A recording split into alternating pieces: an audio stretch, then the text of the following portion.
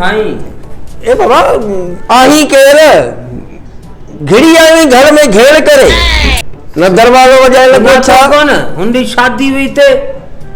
केर लगे तो ताजो घोट ओ बिस्मिल्लाह मूवी भरे वाला आयो मुझे पुट ठाए वियो मूवी मु एडिटिंग पे कई इन करे ता वट आए तो उनन वट वणा आऊं सुनो आयो हूंदस अरे तां जे करे इन करे ते आयो आ तां के बुधाइण आयो आ तां सजे मूवी जो खानो खराब करे जिथे किथे ताजी मूवी खराब होंदी ना ना बाबा जिथे किथे घोट सा गड बाबा मुंजी ठायो ये थोड़ी थींदो घोट यो फुफड़ आया तां के केड़ो इतरावा कपड़ा भी एड़ा किन्ना पाता हो गाढ़ो रंग गर्मियन में सुठो तो लगे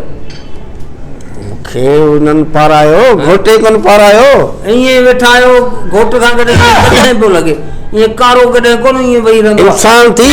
थी ते मुझे ही घर में मना मुखे ही मना गले जरो ठाए थी वरी वो घोटला न खाई वरी वो जो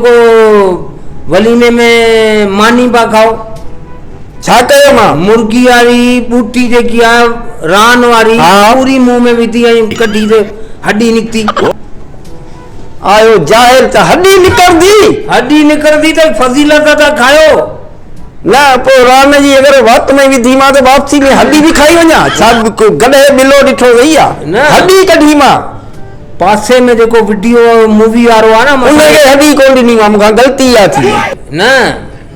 मसलो आ पासे में जो वीडियो वारो आ मूवी ठाइंदो आ उन मुखे जो भाईजान ये कौन भूखा बैठा खा रहा है हल भेड़ा ये ऐसे बंदों को काट दे हाने मुझे फुफड़ आ उन जो फुफड़ करे हर किथे घोट आई कुवार के विच में वेही रहो बाबा मुंजी ठा ये थोड़ी थींदो आ लाजमी मुखे तारीफ कयन ना भाई अची विच में वे वरी हुन डी जेको पधरी वारे नी गुलन वाली फराक खबर ना कमीज पाती ता एड़ा बुछड़ा पे लगो माण्हुनि को मुझे चरियो ठायो देखो माण्हुनि मुझे कपड़ा पाए थी सोना लगना सोना अग में हेकारी शहजादा लगदा एड़ा कारा गिग एड़ा पे लगो बेसुरा हाने के कटिया ताजे नक के कटिया गंज के कटिया ही जज्बे में गाले अची मुझी बेइज्जती बा कयो गडे भी ठाए विया बेइज्जती भी कयो पियो हर गाल बुधा लाए चप्पल अची मना ताजे कुटिया है था मूवी वाले न जो हले था घोट वट वणा तो उनके चंदा कि दोबारा का शादी करनी पड़ी यो जेको ताजे फुफड़ सजो मूवी जो कारो मुंह करे जदे तो जिथे किथे घोट जे आई उन जे विच में बाबा